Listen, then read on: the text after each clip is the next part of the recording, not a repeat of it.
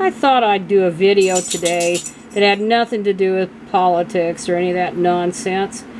Since all this lockdown stuff happened, I've been kind of alternating between 4 different Western series. And I'm a big collector of DVDs. I have a lot of movies on DVD, and I have quite a few television shows, vintage television shows from the 50s through the 1970s, a few beyond that. I just think that the writing was so good and the acting was good and so forth. And I'm big on physical media. I get some downloads of stuff, but mainly I like something tangible. But anyway, so I've been alternating between 4 westerns. This one here is Whispering Smith, and it was a short-lived television series that aired, I think, on NBC in 1961, but actually the filming began in 1959 to 1960. And it starred, as you can see there, Audie Murphy, and everybody pretty much knows the story about his wartime heroics and how decorated he was. And also he had some real tragedy because he suffered from PTSD for years. It pretty much broke up his first marriage to actress Wanda Hendricks.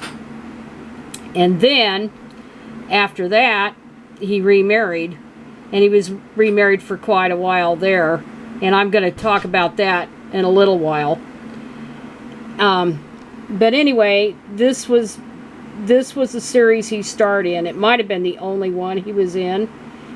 Audie Murphy was born in around 1925. And he was very young when he got into the military. I think he lied about his age. He grew up very poor. And I think he only had a 3rd grade education. He might have had a 5th grade.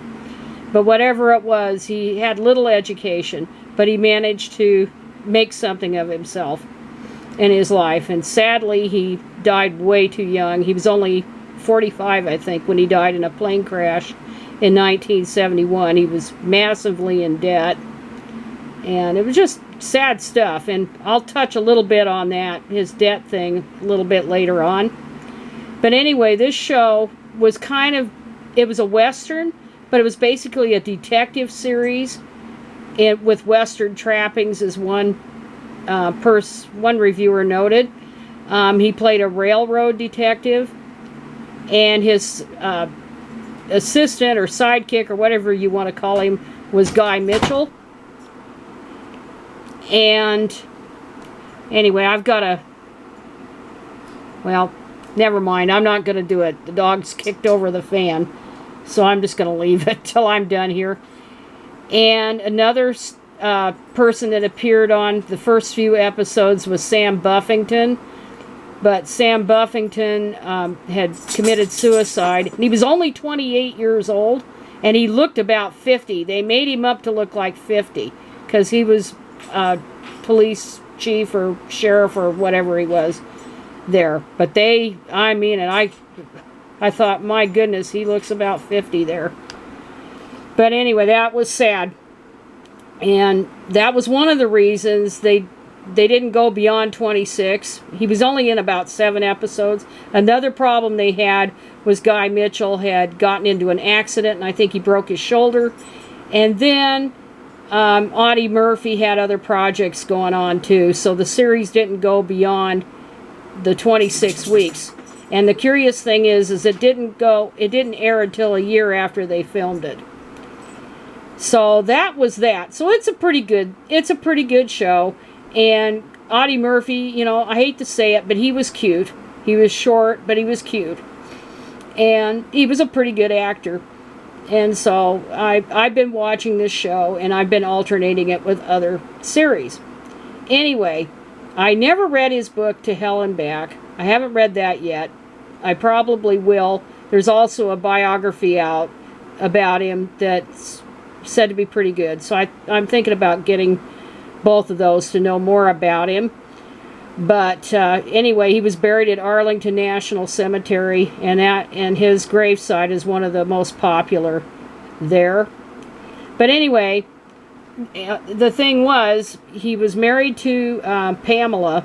That was his second wife. He was married to her from probably around 53 or 54 until his death, but I guess they separated a number of years prior. But what was interesting was after he died, he had a ton of debt. He left his wife with a ton of debt. They were still legally married, and what she did is she sold everything they had, or most everything they had, to pay off the debts.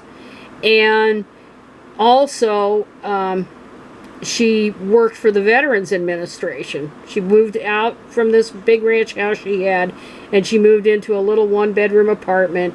And there she worked for the VA until she was 87 years old, I believe. So she retired in 2007, and she passed away at 2010 at the age of 90. So she was a few years older than Audie. But even though she admitted he did cheat on her and stuff, she thought the world of him. But I thought this was interesting about her. So she was just as important. This was her in her later years. And this columnist named Dennis McCarthy back in 2014 noted her. And it says here, this Veterans Day, thousands of people will visit Arlington National Cemetery in Washington, D.C. to pay their respects to the fighting men in this country, including the most decorated World War II combat soldier, Audie Murphy. Few, if any, will visit the gravesite of his widow, buried 2,600 miles away in Los Angeles, Lot 2793, Space 1, in the Enduring Faith section of Forest Lawn, Hollywood Hills. What a shame, because so many of our local fighting men, Southern California, to many of them, Pamela Opal Lee Murphy was the face of Veterans Day. The shy, petite woman never fired a shot in defense of her country, but she was the #1 protector of every aging soldier who relied on the Veterans Administration to provide them with quality, timely health care as they grew old. And she was quite a deal, and he mentions here that around 2001 they were doing budget cuts, and her job was in danger of being cut, but there was a lot of pushback on that. So she did get to keep her job for several more years before she retired at age 87.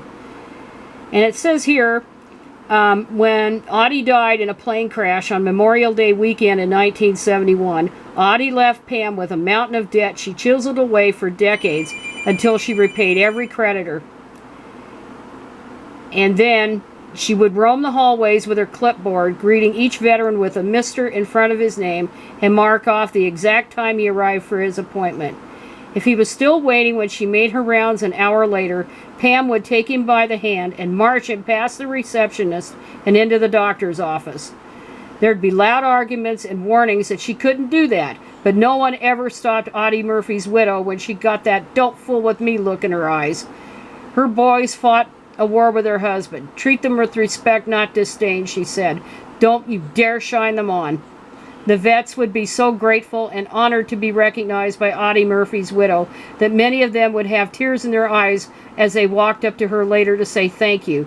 Pam would give them a hug.